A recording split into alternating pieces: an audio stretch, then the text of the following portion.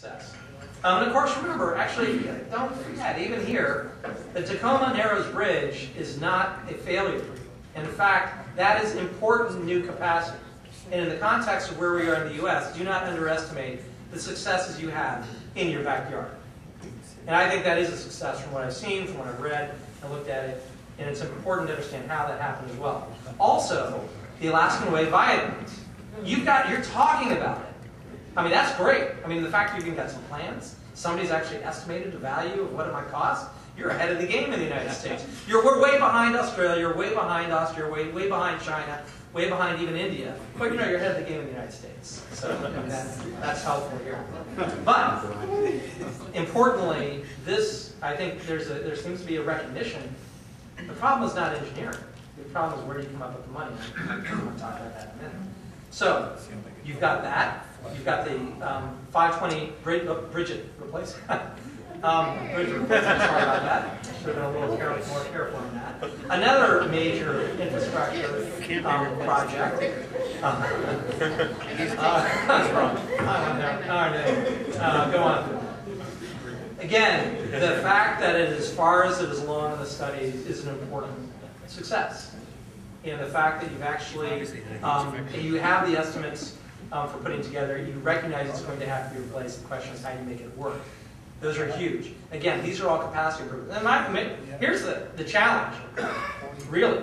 If you can do this and you can get the discussion this far on just these 3 projects, why can't you do more? Well, part of it is the money. And so that's kind of where we're going. Also to keep in mind, it's not just the big projects, it's also the local roads and the arterials. You need to be thinking, again, up and below. We've got what we call queue duckers and queue jumpers.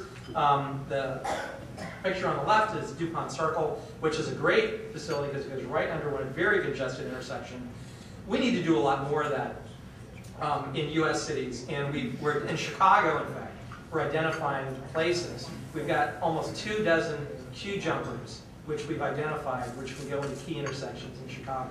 And we're actually doing some creative work with the Illinois Institute of Technology to try to bring the cost down. These are things that can happen. Now, one example here in the local area is the infamous Microsoft Bridge. This is the kind of infrastructure that also needs to be added in this region in order for traffic flows to be moving up. So again, this is something that, from what I understand, is going to happen. But again, this is the kind of stuff that has to be continually put on the agenda, and you have to move forward building that capacity. The other thing to keep in mind is there are ways that we can build new capacity and also think of using the concept of the hot network. A couple years ago, Reason Foundation published a study on hot lanes. I know you're all familiar with those because there are a few hot lane projects. It's where you actually toll the excess capacity in an HOV lane, allow solo drivers to use that. They have the privilege of using it, but they have to pay a premium. The interesting thing is that the network that we envision for the whole area, and as you can see in this map, goes all the way down to Tacoma, and then up north, up past Linwood, elsewhere, Edmonds. That hot lane network, when we ran our estimates or simulations, 80% would be covered of the expansion, the conversion, and the operation would be covered by revenues from the tolls alone. You're actually dramatically reducing the out-of-pocket costs, at least out of your budget. And in what we envision, 300 new lane miles could be added by financing it through that network. Now, the key here is you're expanding the opportunity circle. You're actually giving someone free flow access to the entire region through a hot network. In the case of a hot lane, you're giving them the option. So it's not all of them, but that's which is ultimately where we want to go with the goal. So the big question is, where's the money going to come from? The answer is, it's going to come by adding value. Thinking back to the hot network, where does that revenue come from? It's from people opting into the hot lanes because they're saying, I get value from that. I'm willing to pay for it, and I'm going to give you money for the privilege of being in there, and you use that money to actually build the capacity. So the question is, how do you do it? You have to capture and monetize that value. That's where the money's going to come from. And how are we going to do that again? It's going to be road pricing. Now, the interesting thing about this, where I am sitting here, is that if I were, this would be a harder case for me to make 15 years ago. Because at 15, actually 20 years ago.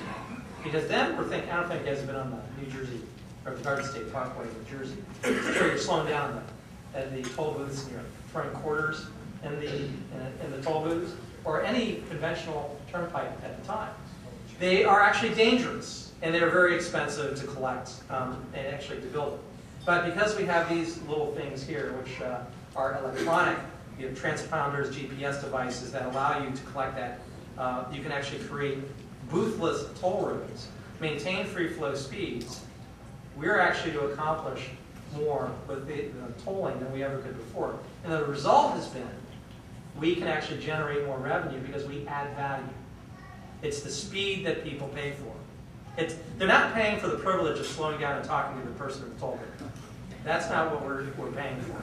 And we're getting beyond the point where it's just a question of generating revenue for new capacity. We also have to manage it. So road pricing is going to be critical to this. And here are a couple of other reasons. And I think we need to get beyond the road pricing as part of paying for it. The road pricing is another element which is critically important. It goes back to the hot network. It's an effective way now with these kinds of devices.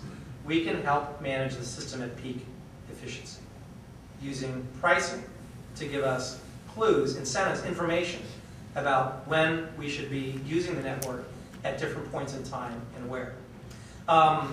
So there are a couple things that have come with pricing. One is there is a willingness to pay. I'm an economist, strong believer that we should, if you want something, you have value in something, you should pay for it. And willingness to pay is an important barometer for deciding what should be built when and where. And you can do this, particularly now with electronic pricing. You know where the volume is, where people are paying, where you're going to generate the revenue. That's where you put the new capacity first. That's where you prioritize. Not the place where nobody wants to pay for it. So it's huge. It identifies value, it allows you to prioritize the project, and it also monetizes the value. It also creates a sustainable revenue stream. Now this is important because, and where are we going to get the money for a lot of this? It's going to be from the private capital market. Granted, today in the recession, that capitalism is forthcoming, but once the economy begins to pick up again, it's going to be back, just like it was before. Before the recession, there's as much as $500 billion available for various infrastructure projects on a global level.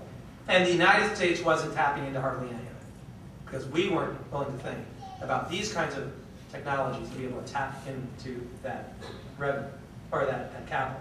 So what do we need at the end of the day? We need the physical capacity to handle travel demand. It's a really simple rule of thumb that's used. I mean, if you look at how travel demand is going, add capacity that keeps pace with travel demand. Actually, you can track that.